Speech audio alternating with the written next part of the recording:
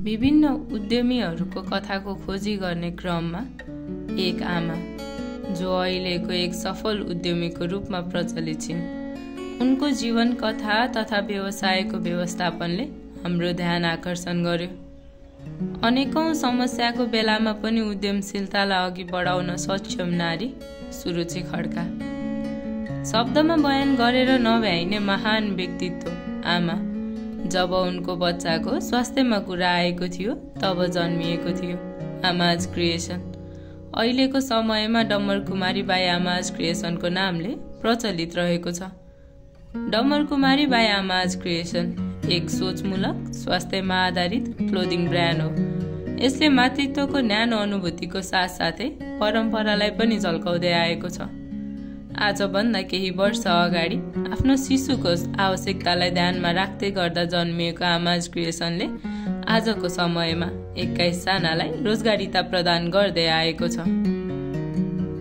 डम्बर कुमारी जङ्गबहादुर राणाकी छोरी, जसले नेपालमा डम्बर कुमारीलाई एउटा नयाँ रूप दिनुभयो, डम्बर कुमारी कपडालाई भित्राउनु भयो।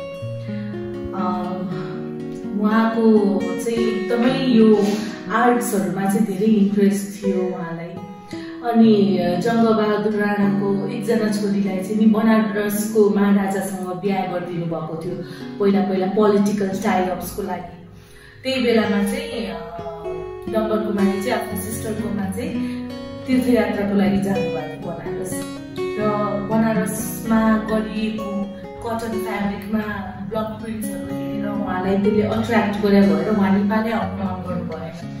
त्यसपछि धीर शमशेर जो जङ्गबहादुर राणाको भाइ हुनुहुन्छ, उहाँले चाहिँ नि बनारस पुगेर के गरिरहेछ त छोरी भनेर चाहिँ नि स्पाइसहरू पठाएर चाहिँ आफू पनि गएर हेर्नुभयो र चकित हुनुभयो। अनि पुतली महारानी जङ्गबहादुर राणाको सेकेन्ड वाइफ पुतली महारानीले चाहिँ एउटा लेटर पठाउनु भयो। जब डम्बर कुमारी नेपाल फर्किन मन गर्नु भएन, एउटा लेटर पठाउनु भयो, नेपालमै आऊ, नेपालमै बसेर चाहिँ यसलाई अगाडि बढाउला, म सपोर्ट गर्छु भन्नुभयो। र यही शर्तमा मात्रै म नेपाल फर्किन्छु भनेर चाहिँ नि आफ्नो टेक्सटाइल्समा भएको इन्ट्रेस्ट, आर्टमा भएको इन्ट्रेस्टलाई चाहिँ नेपालमा कसरी अगाडि लिएर जाने, त्यो जमानामा जब वुमेनहरू चाहिँ त्यस्तो एक्टिभ हुन पाउँदैन थिए, त्यो टाइममा चाहिँ डम्बर कुमारी महारानीले चाहिँ नि पुतली महारानीसँग मिलेर आफ्नो स्टेप मदरको सपोर्टमा चाहिँ नि यो एउटा टेक्सटाइल्सलाई नयाँ रूप दिँदै भित्राउनु भयो। र कटनको मात्रै होइन कि उहाँले चाहिँ कलकत्तामा जुन यो मलमलको बारेमा एक्सप्लोर गर्नुभयो, त्यो मलमललाई एक्सप्लोर गरेको कुराहरूले चाहिँ गर्दाखेरि चाहिँ उहाँले ओहो नेपालमा चाहिँ यही भित्राउनु पर्छ, किनभने पुतली महारानीको स्किन एकदमै सेन्सिटिभ अनि आर्थराइटिस थियो उहाँलाई। र गङ्गा महारानी पुतली महारानीको चाहिँ हस्बेन्डको अर्को वाइफ होइन, जङ्गबहादुर राणाको अर्को वाइफ गङ्गा महारानीले चाहिँ उहाँलाई एउटा कपडा ल्याइदिनु भएको थियो, सल ल्याइदिनु भएको थियो। अनि त्यो सलले चाहिँ नि आफ्नो स्किनमा टच गर्दा मलाई एकदमै राम्रो फिल भएको थियो होइन। तिब्बतबाट चाइनाबाट इम्पोर्ट भएको कपडाहरू, सलहरू, स्कार्फ्सहरू मन नपरेको पुतली महारानीलाई। अनि काठमाडौँमा चाहिँ नि त्यतिखेर जाडोको टाइममा एकदमै जाडो हुन्थ्यो, अनि त्यही भएर अलिकति यो टेम्परेचर मेन्टेन गर्ने जस्तो कपडा के हुन्छ भनेर उहाँहरूले सर्च गर्दै जाँदाखेरि ठ्याक्क लगाएर चाहिँ नि हाम्रो डम्बर कुमारी महारानीले चाहिँ कलकत्तामा टेक्सटाइल्सलाई एक्सप्लोर गरिरहेको बेलामा चाहिँ उहाँले मलमल पाउनु भएको थियो। त्यही मलमललाई चाहिँ उहाँले नेपालमा भिजाएर ब्लक प्रिन्ट गरेर डम्बर कुमारी भनेर उहाँकै नाम पछि त्यो डम्बर कुमारी भनेर त्यो प्रिन्टेड कपडालाई नाम दियो। र डम्बर कुमारी र अर्को 2 तह मलमल गरे, 3 तह मलमल गरेर चाहिँ यो डम्बर कुमारीको फ्याब्रिकलाई चाहिँ एउटा क्लोदिङ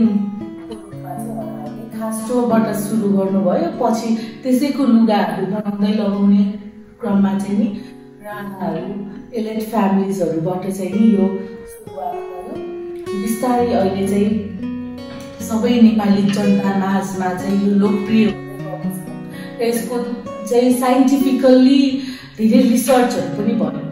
हामी आफैले पनि 2068 विक्रम सम्वतबाट चाहिँ रिसर्चहरू सुरु गरेका थियौँ।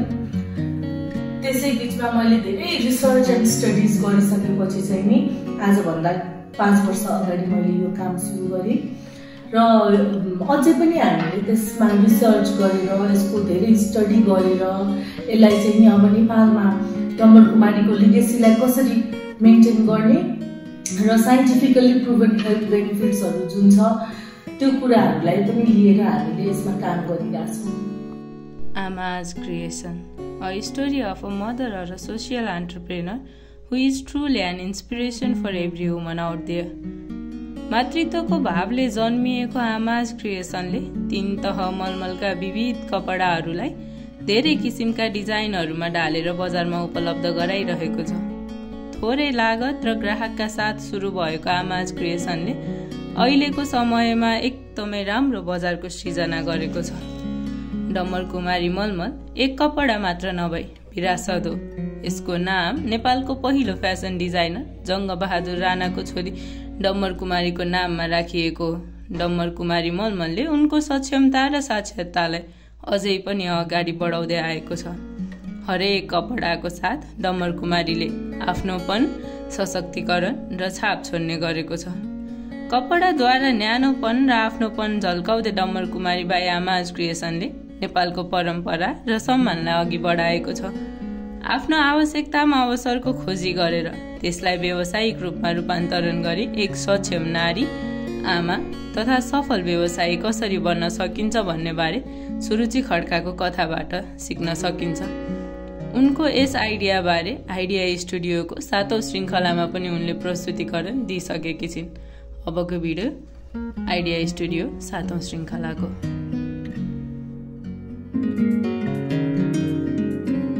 नमस्कार, म सुरुचि खड्का। मेरो चाहिँ घर कुसुन्ती जाउलाखेलमा हो अनि मेरो आइडियाको नाम चाहिँ आमाज क्रिएसन हो।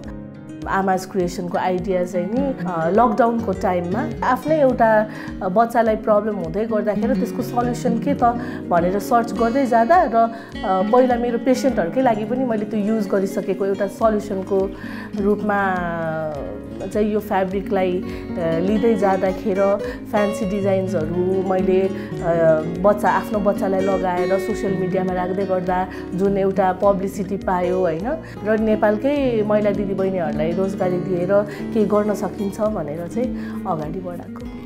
2076 चाहिँ हामीले कामहरू स्टार्ट गर्न थाल्यौँ होइन। अनि 2077 चाहिँ हामीले हाम्रो फर्स्ट रिटेल स्टोर खोल्यौँ अनि होम बेस्ड वर्करहरूलाई लिएर नै हामीले काम गर्थ्यौँ। कतिजना दिदीबहिनीहरू हुनुहुन्छ कि जो धेरै कुरामा ब्याकवर्ड हुनुहुन्छ, त्यस्तो दिदीबहिनीहरूलाई प्रेग्नेन्सीमा घरबाट निकालिदियो भने माइतीको सपोर्ट नहुँदा, समाजको सपोर्ट नहुँदा के हुन्छ त भन्ने एउटा फिलिङ्स छ। त्यस्तो महिला दिदीबहिनीहरूको लागि चाहिँ नि एउटा आफ्नो लाइफ सस्टेन गर्ने इन्भाइरोमेन्टसम्म बनाइदिने, त्यो चाहिँ मेरो ठुलो सपना छ। उनको सपना आफ्नो सक्षमताको सदुपयोग गरी आफूलाई मात्र नभई विभिन्न अरू महिलाहरूको लागि पनि राम्रो अवसरको व्यवस्था गर्नु हो। उनी क्याप्टिभेटिङ क्रिएसन अवार्ड 2023बाट पनि सम्मानित भइसकेकी छिन्। त्यसै गरी यसै वर्ष 2082 सालमा ललितपुर महिला उद्यमीबाट पनि सम्मानित भएकी छिन्। कतिपय नारीहरूले चाहँदै पनि केही गर्न नसक्दा आमाज क्रिएसनले रोजगारीताको सृजना गरी एक राम्रो वातावरण पनि सृजना गर्दै आएको छ। सुरुचि खड्काको जीवनले हामी सबैलाई देखाउँछ कसरी एउटा आमाको मातृत्वपनले असम्भव लाग्ने कुरालाई पनि सम्भव गराउँछ। डम्बरकुमारी बाई आमाज क्रिएसन, मातृत्वको न्यानो अनुभूति।